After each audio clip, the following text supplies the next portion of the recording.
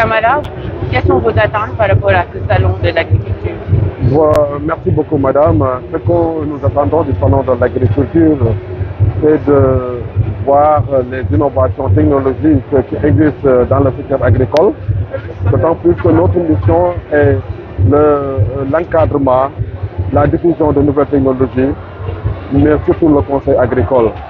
Aujourd'hui, le Sénégal est en train de développer son secteur agricole d'une façon exponentielle. Depuis l'avènement du PRACAS, aujourd'hui nous sommes arrivés à la souveraineté alimentaire. Et pour qui dit de souveraineté alimentaire, parle d'autonomie alimentaire. En ce sens, nous avons besoin de tout ce qui est machinisme agricole, les techniques de fertilisation modernes, aussi bien bio comme chimique, mais surtout un conseil adapté aux producteurs. Le salon de l'agriculture est un événement phare où le Sénégal est souvent très bien représenté pour vendre ce que nous faisons dans le secteur rizicole, dans le secteur de l'horticulture, mais aussi dans le secteur de l'agriculture dans son ensemble. Cette année, le ministère de l'Agriculture n'est pas représenté, mais c'est un moyen de voir ce qui se passe, mais aussi d'accompagner le président dans sa politique agricole. Qu'est-ce que peut attendre la diaspora de votre agence? Moi, je lance un appel à la diaspora. Un appel pour dire que l'avenir du monde, c'est le secteur agricole.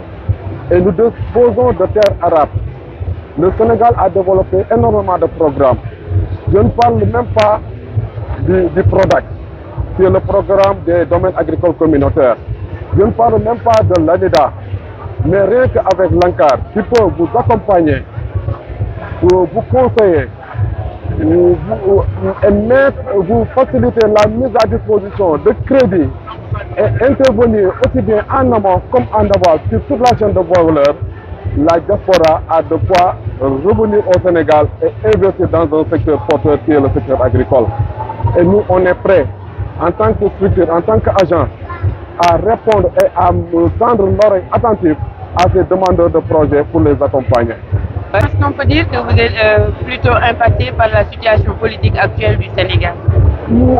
Un tout petit peu, parce que vous savez, la politique fait marcher le monde. Il faut que le gouvernement fasse son travail, il faut que aussi l'opposition s'oppose.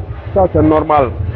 C'est vrai que c'est déplorable, parce que quand même, vu ce que le président Macky Sall a réalisé dans ce pays, sur l'ensemble des secteurs d'activité, aussi bien en amont comme en aval. Et le génie du président Macky Sall, c'est le fait de mettre le Sénégal dans les rampes de l'émergence. Et cela doit être récompensé. Récompensé non pas par un troisième mandat, qui n'est plus d'actualité, mais par un dialogue. Et que l'ensemble des acteurs puissent se mettre autour d'une table et voir l'avenir de ce pays. Un pays aussi cher, un pays qui représente parfaitement bien sur l'échiquier diplomatique, sur le plan international. Si vous prenez les infrastructures, le président Macky a tout fait, pratiquement tout fait.